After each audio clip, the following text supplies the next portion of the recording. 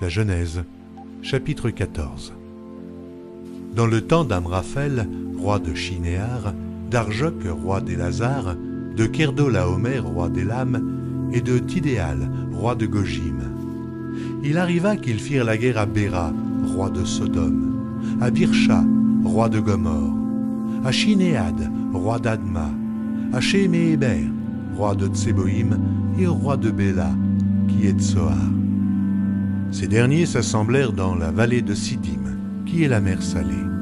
Pendant 12 ans, ils avaient été soumis à Kerdolaomer, et la 13e année, ils s'étaient révoltés. Mais la 14e année, Kerdolaomer et les rois qui étaient avec lui se mirent en marche, et ils bâtirent les Réphaïm à Ashteroth, Kernaïm, les Uzim à Ham, les Émim à Chavé, Kirjataïm, et les Oriens de leur montagne de Séhir, jusqu'aux chênes de Paran, qui est près du désert. Puis ils s'en retournèrent, vinrent à Amishpat, qui est Kadès, et bâtirent les Amélécites sur tout leur territoire, ainsi que les Amoréens établis à Azatson Tamar. Alors s'avancèrent le roi de Sodome, le roi de Gomorre, le roi d'Adma, le roi de Tseboïm et le roi de Béla, qui est de Soar. Et ils se rangèrent en bataille contre eux, dans la vallée de Siddim, contre Kerdolaomer, roi d'Élam, Tidéal, roi de Gojim, Amraphel, roi de Shinéar, et Arjoc, roi d'Élazar. 4 rois contre 5. La vallée de Siddim était couverte de puits de bitume. Le roi de Sodome et celui de Gomorre prirent la fuite et y tombèrent.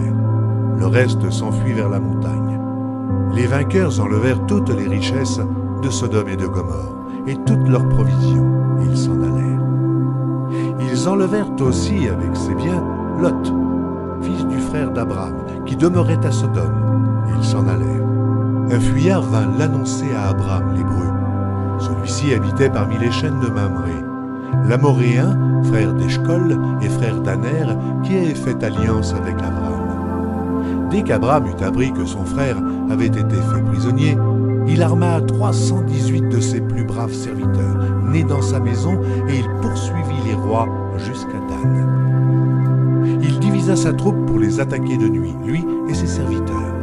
Il les battit et les poursuivit jusqu'à Shoba, qui est à la gauche de Damas. Il ramena toutes les richesses. Il ramena aussi Lot, son frère, avec ses biens, ainsi que les femmes et le peuple.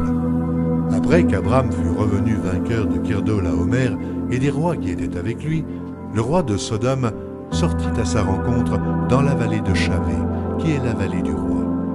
Melchisédek, roi de Salem, fit apporter du pain et du vin. Il était sacrificateur du Dieu Très-Haut. Il bénit Abram et dit : « Béni soit Abram par le Dieu Très-Haut, maître du ciel et de la terre. Béni soit le Dieu Très-Haut qui a livré tes ennemis entre tes mains. » Et Abram lui donna la dîme de tout.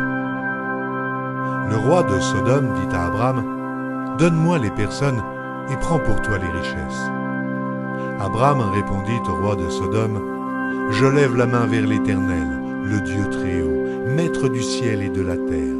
Je ne prendrai rien de tout ce qui est à toi, pas même un fil, ni un cordon de soulier, afin que tu ne dises pas : j'ai enrichi Abram, rien pour moi.